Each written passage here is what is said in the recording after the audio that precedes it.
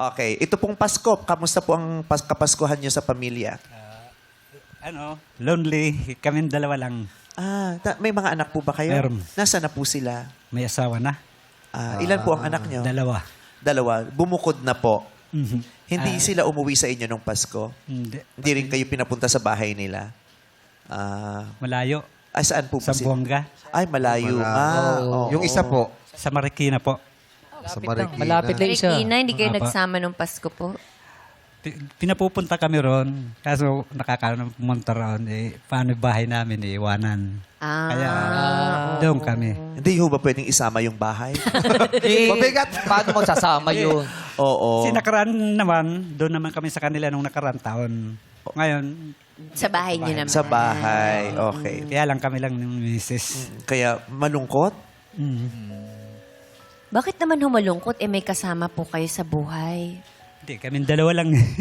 Malungkot po pa yung kayong dalawa lang? O, tas tahimik pa sila dalawa. O, tahimik pa sila. Siya lang Soft pa- spoken pa sila.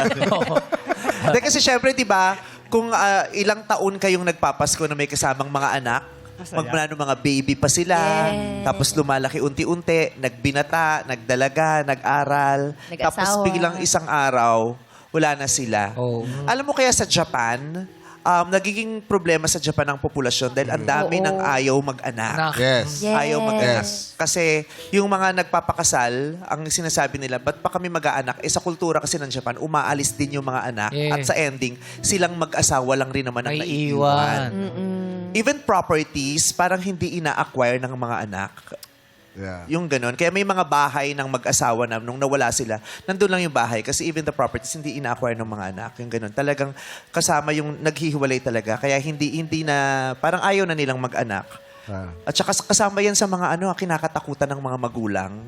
Yung Yes. araw na dumating na wala na yung kanilang mga Kasama sa sisiw, buhay. kumbaga. Yeah. Yung empty nest na tinatawag, di ba? Bali, Yung hahanap-hanapin mo po. Ano po? Hahanap-hanapin mo. Hahanap-hanapin. Yeah. Masaya silang mag-asawa pero syempre, pag Parang may namimiss kulang nila eh. yung Hahanap. Yung moments with the ingay ng children. kaguluhan ng bahay pag maraming Kaya nga, kasama. kaya nga dapat sinasabi ng mga magulang, sulitin nyo na yan. Kasi Oo. pag laki niyan, alis na. Correct. Gagawa na rin ng ibang pamilya kasi sila. Yeah.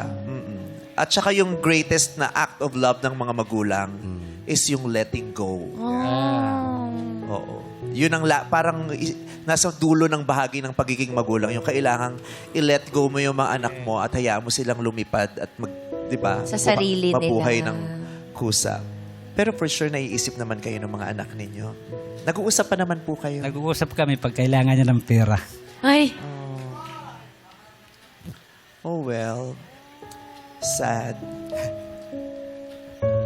Kailan niyo po huling nakausap yung mga anak niyo? Pero yung anak niyo yung napatapos niyo ng pag-aaral, di ba?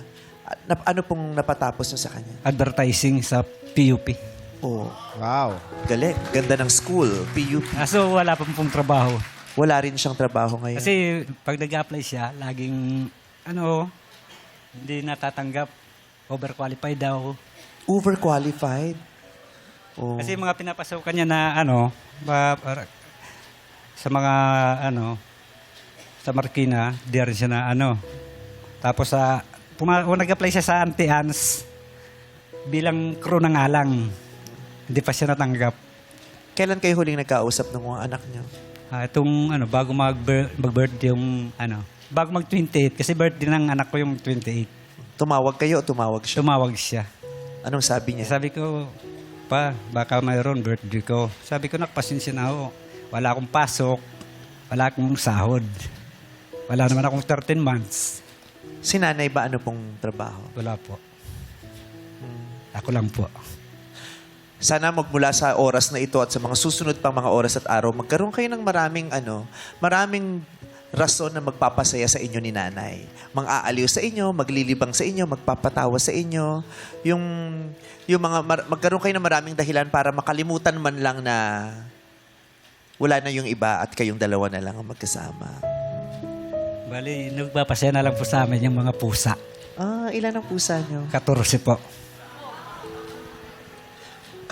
Di ba maraming mga parents, mga fur parents, tapos mga nag-aalaga ng mga hayop? Kasi sinasabi nga nila, yung mga hayop daw hindi talaga sila iiwan. Yes. Unless, di ba, matitext, pero hindi sila iiwan. Hindi mag-aasawa, hindi kasama nila forever and they will forever enjoy each other's company.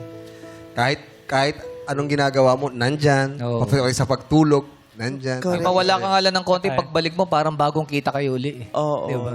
Di ba yung istorya ni Hachiko? Yeah. Yung grabe nawala na yung yun. amo niya, pero araw-araw inaabangan niya pa rin Sa sa tren. tren. Oh, train sa istasyon ng station. tren. Hinahanap pa rin. Hinahanap. Masaya po kayo sa piling ng mga pusa? Opo. Yehey. Kasi once na di ko nakita sa talaga hinahanap ko sila. Kabisado niyo po yung mga pangalan. Opo. Ilan po sila? 14. Sige, pakisabi po isa't isa. Pag nasabi niyo po yung 14, panalo na po kayo. Oh, galingan mo tayo, ah. 200,000 na sa'yo na. Ang hirap kabisaduhin, no? Oo. Yung anak mo nga lang na 10, parang ang hirap na kabisaduhin. Ay, okay. So, anong wish mo? Kunyari, bukas pa lang ang Pasko. Anong wish ni Tatay Nestor? Makasama ko yung mga anak ko. Ganun. Para, mag-isaya naman kayo, bonding. May pasyal ko sila sa mga kamag-anak nila. Kasi hindi pa sila nakikita. Ah, talaga? Kaya gusto ko silang, makasama para madala ko sa mga tiyuhin ko.